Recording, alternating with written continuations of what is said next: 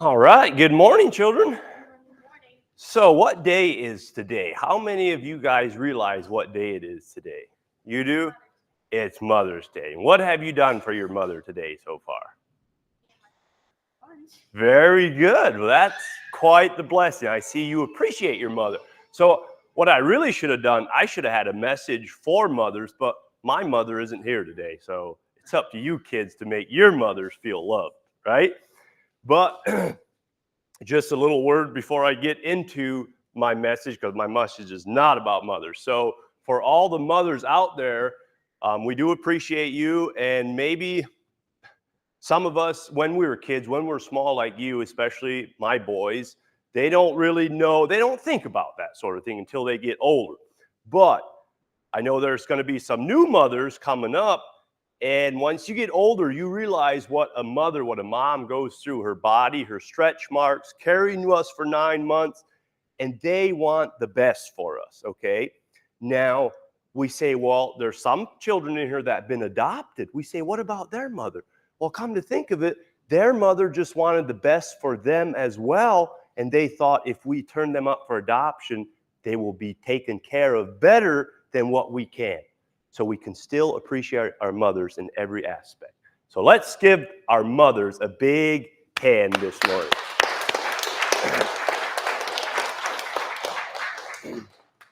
So now I'm going to continue on our journey through Exodus. And last week, 2 weeks ago, I really focused in on about the water and the rock. So we're just going to start there in Exodus 17:6. God said, "Behold, I will stand before thee upon the rock in Horeb, and thou shalt smite the rock." And he called the name of the place Massah, because the chiding of the children of Israel, because they tempted the Lord, saying, "Is the Lord among us or not?" They didn't know if God was still with them or not. Now, think about it. God had said 10 plagues to Pharaoh. He had just split the Red Sea. He led them with a cloud and fire. He fed them quail and manna. He gave them water from the rock, and still they tempted God, saying, "Are you still with us?" Just as they didn't feel him right in that moment. So, how quick we tend to forget, right? So how quick do you children forget? Let's see. What did Moses use to get water out of the rock? An old-fashioned auger that he dug through the rock to get to maybe there was a mountainside, and you know how there's mountain water kind of behind the mountain. You take an old auger and you dig into that water vein and water gushes out. Is that what Moses did? B, did he use a wooden stick? Or C, was it obedience to God's word? A wooden stick. So you're telling me if I would take a wooden stick and beat on a rock, water would come out? No?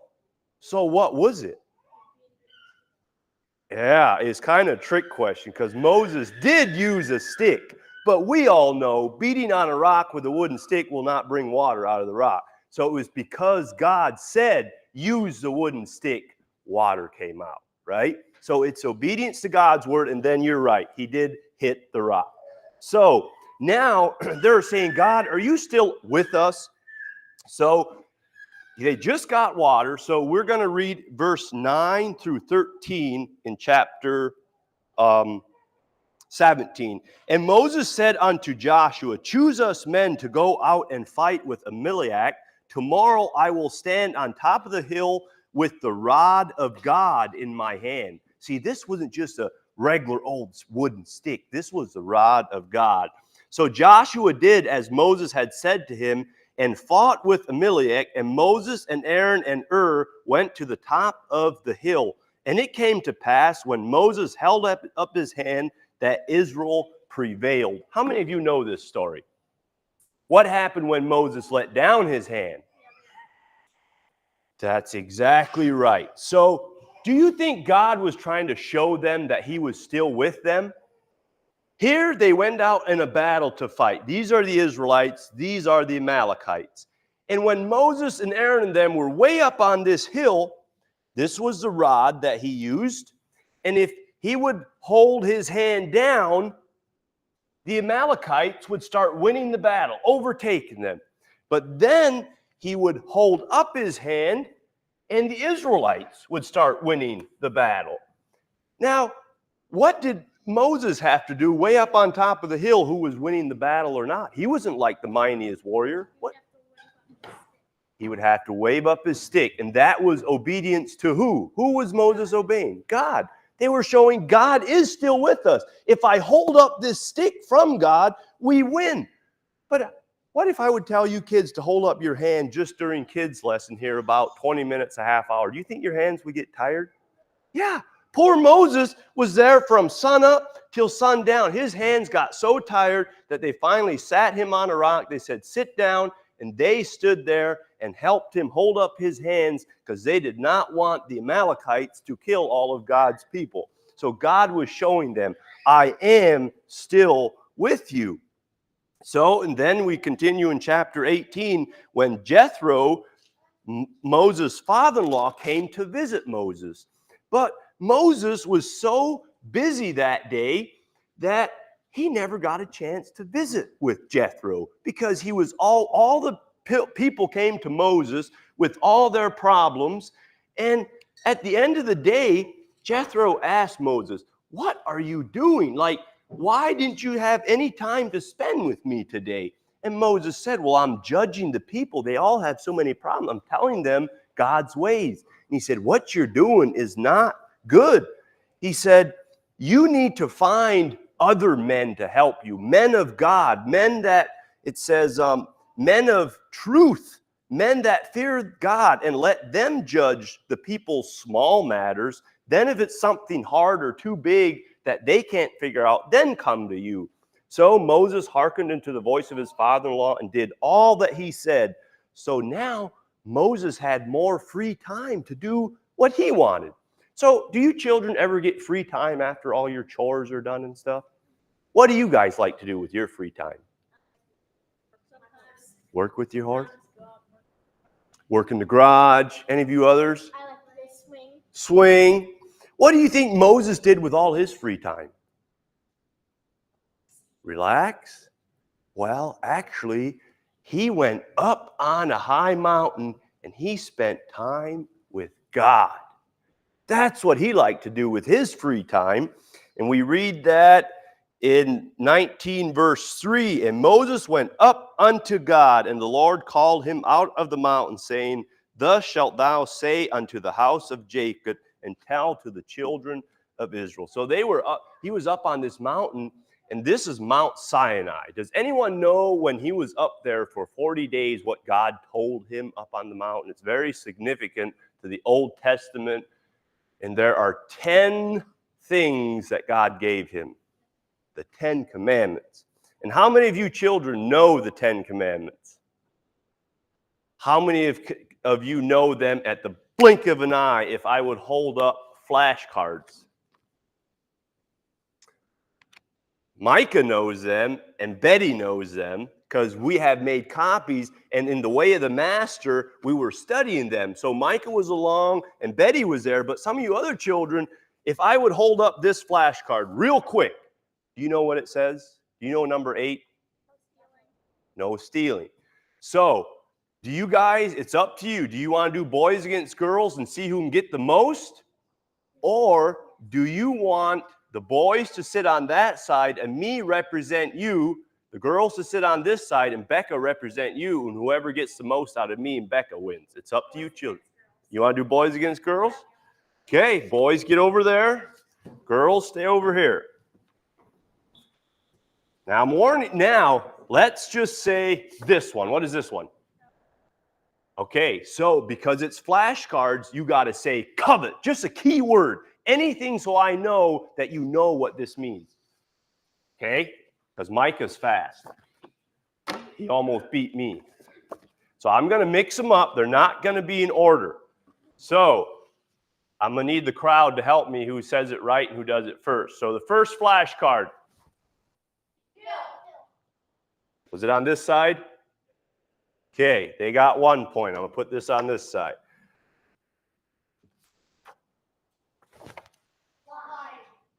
This side again.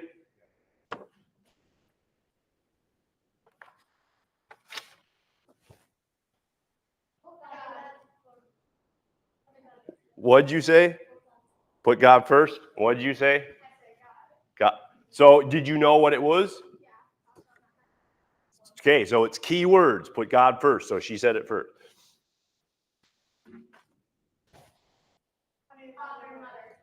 Honor, right? You said, was it on this side?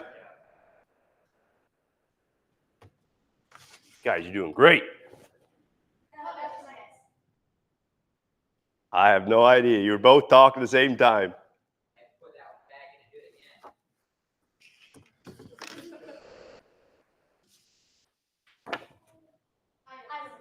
Very good.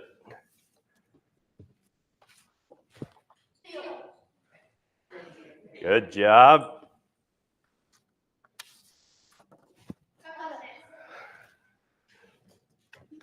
You're getting it.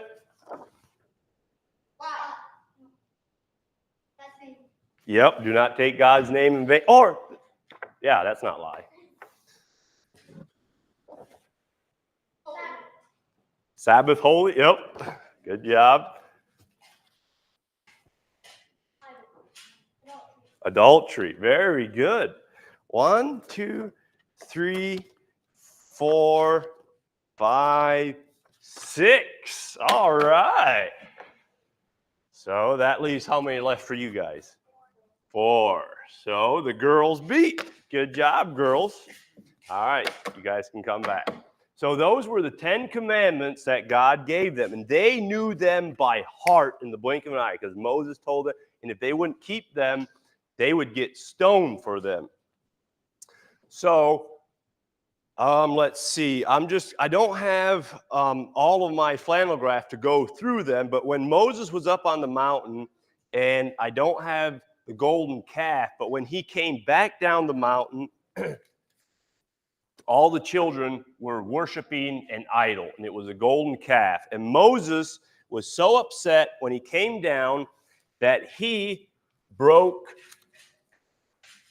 the 10 commandments that God has made. And it was interesting, I never caught this, but Moses said Wednesday night in Bible study, Pastor Moses said, when the children of Israel were breaking the law, Moses broke the law. Get it? Took me a minute. Then what did Moses do? He ground up the golden calf and he made them, instead of drinking whatever they were, he made them drink that for their punishment. That was a good punishment. Then for Moses' punishment, he had to go back up on the mountain, and the last time God made the tablets for him, this time he had to hew it out of the rock. I'm not sure if he had to chisel in all the stones or if God still wrote them in. I didn't study it that hard.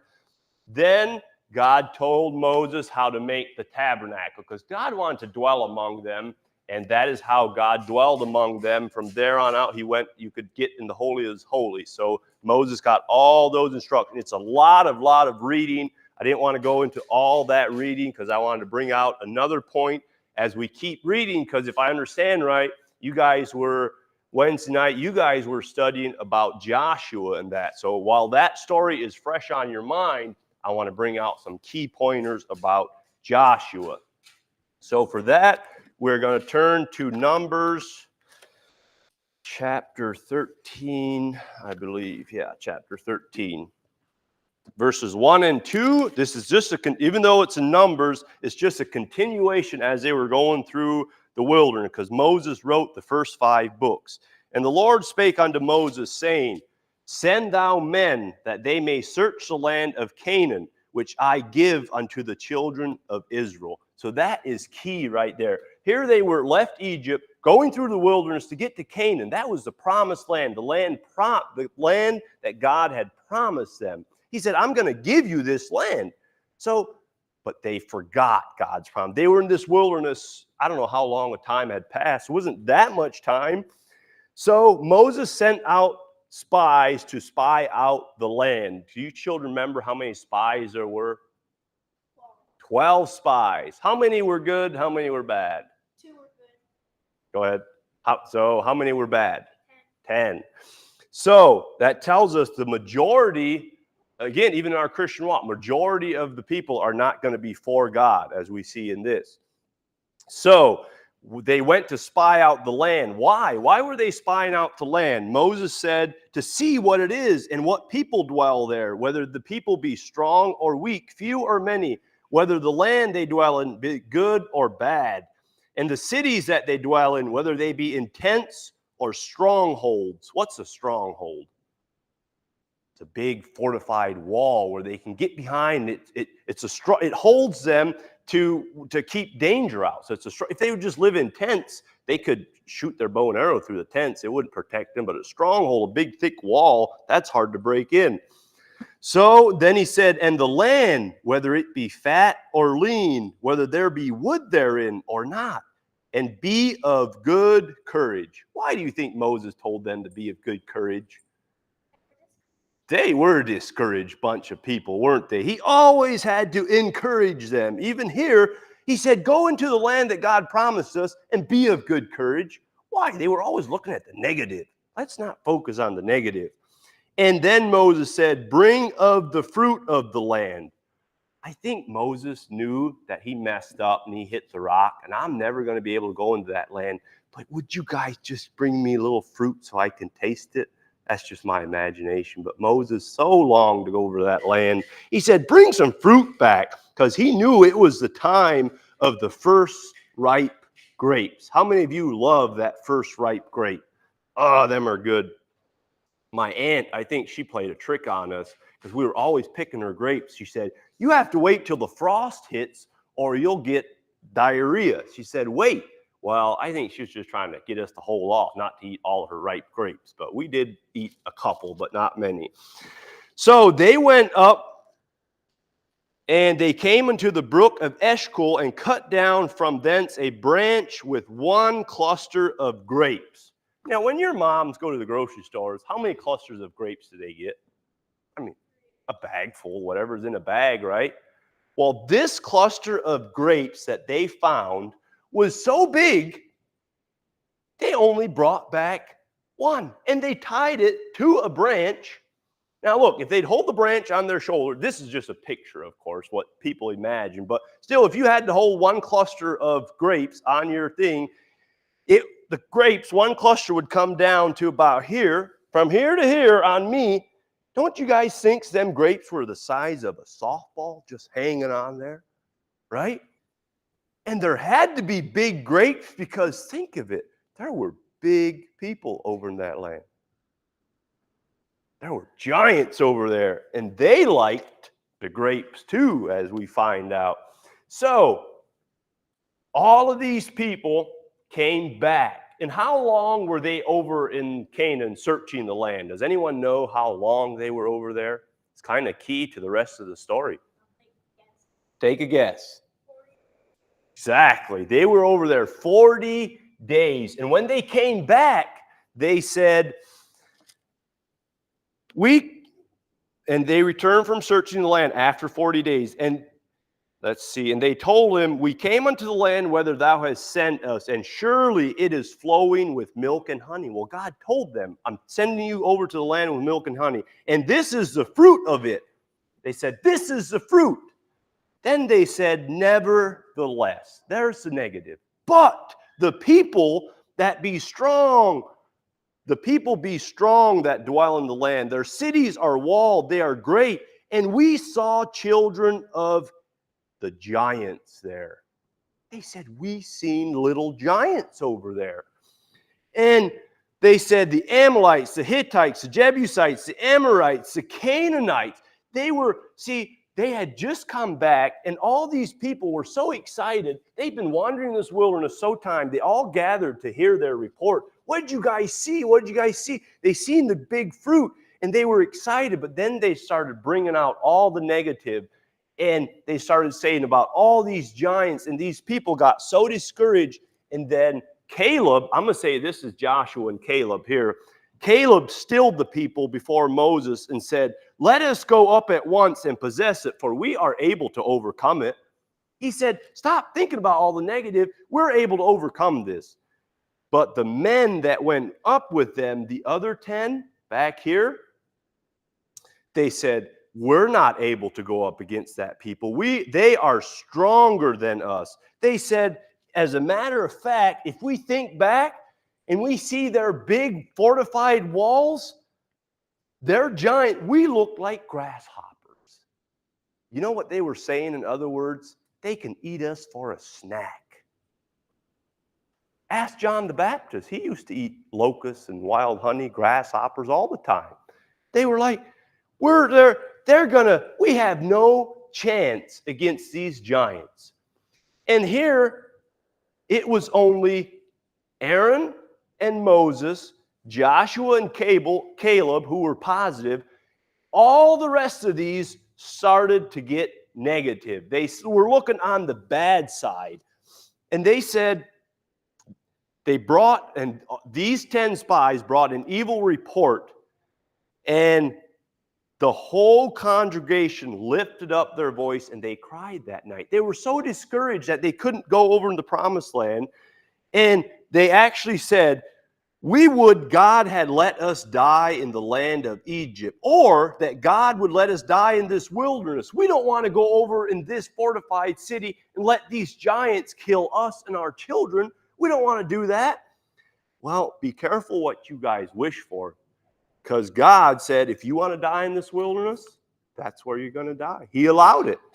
So Moses, Aaron, Joshua, Caleb fell on their faces. They cried. They ripped their clothes. They were trying to tell these people, don't be so negative. Stop doing what you're doing.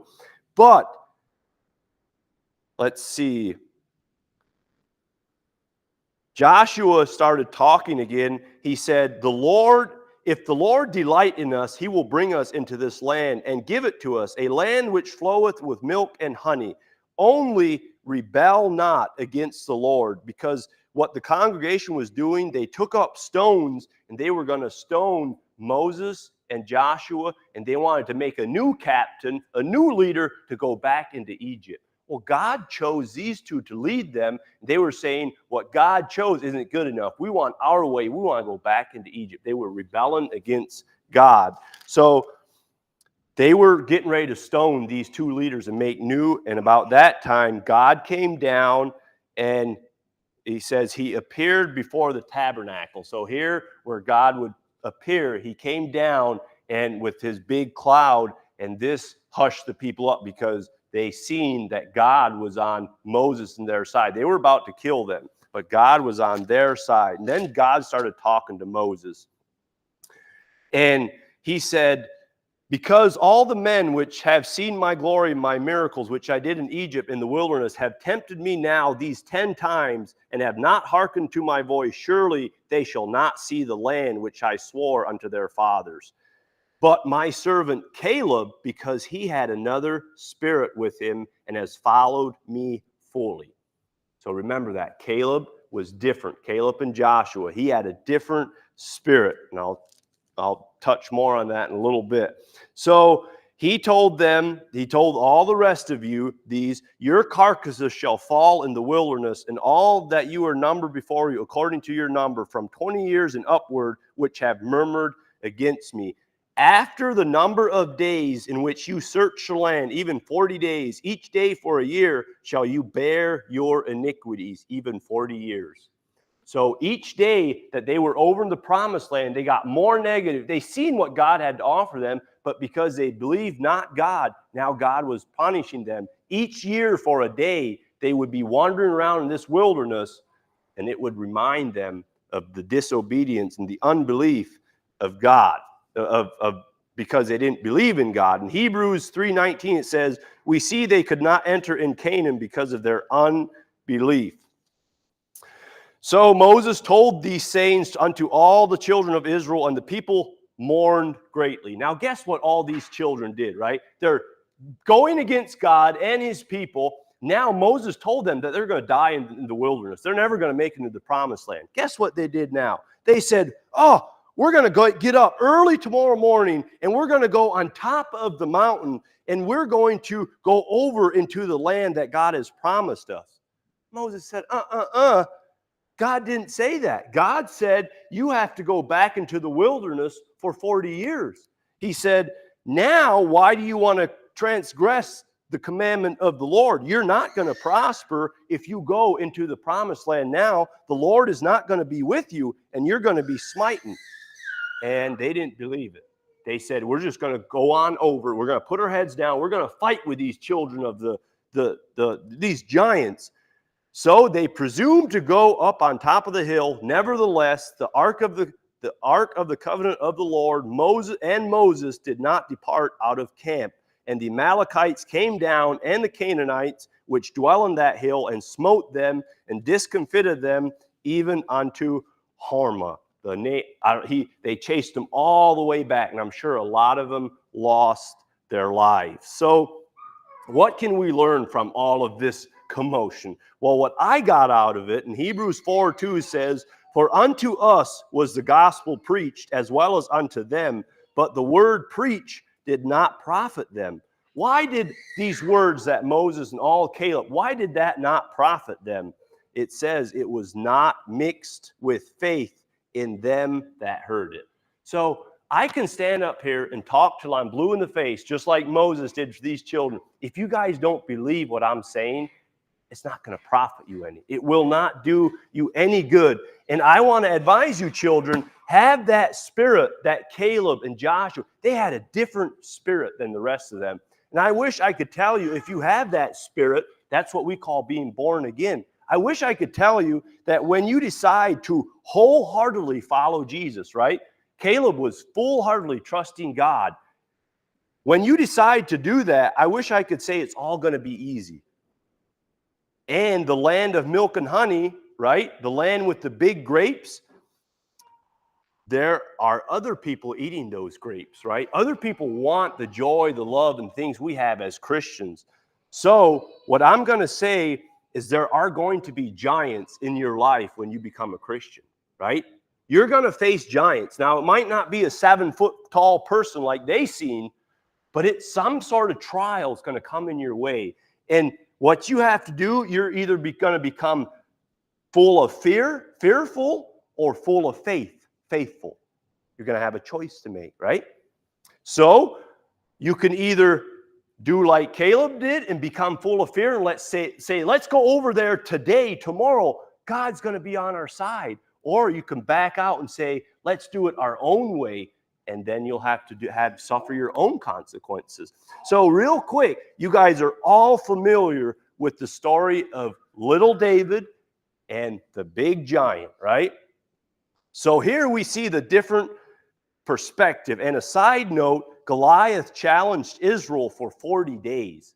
I just caught that this morning. As all these number 40s, he challenged. I don't know where the connection is, and it says Saul and all of Israel were greatly afraid. So were they fearful or faithful?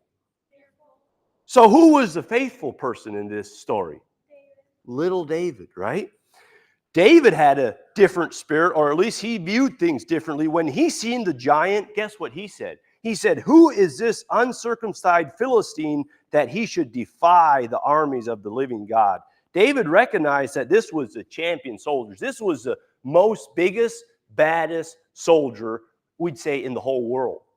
But then he also recognized that God was bigger than the biggest, baddest soldier, right? He was relying on God. He was full of faith. And when he told Saul that I want to go fight this champion, what did Saul say? He said, go, the Lord be with thee. That was his advice. He said, there's no way, in other words, there's no way you can win this unless the Lord is with you. So, what did David try? What did Saul try to put on David? A man-made armor. It didn't fit, right? So my advice to you, don't fight your battles with man-made armors. Ephesians 6:13 says, take unto you the whole armor of God, that ye may be able to stand on the evil day. Right? So, you kids have any questions? No? So my advice to you is you're dismissed. Go, and the Lord be with you as you fight your giants. Yes.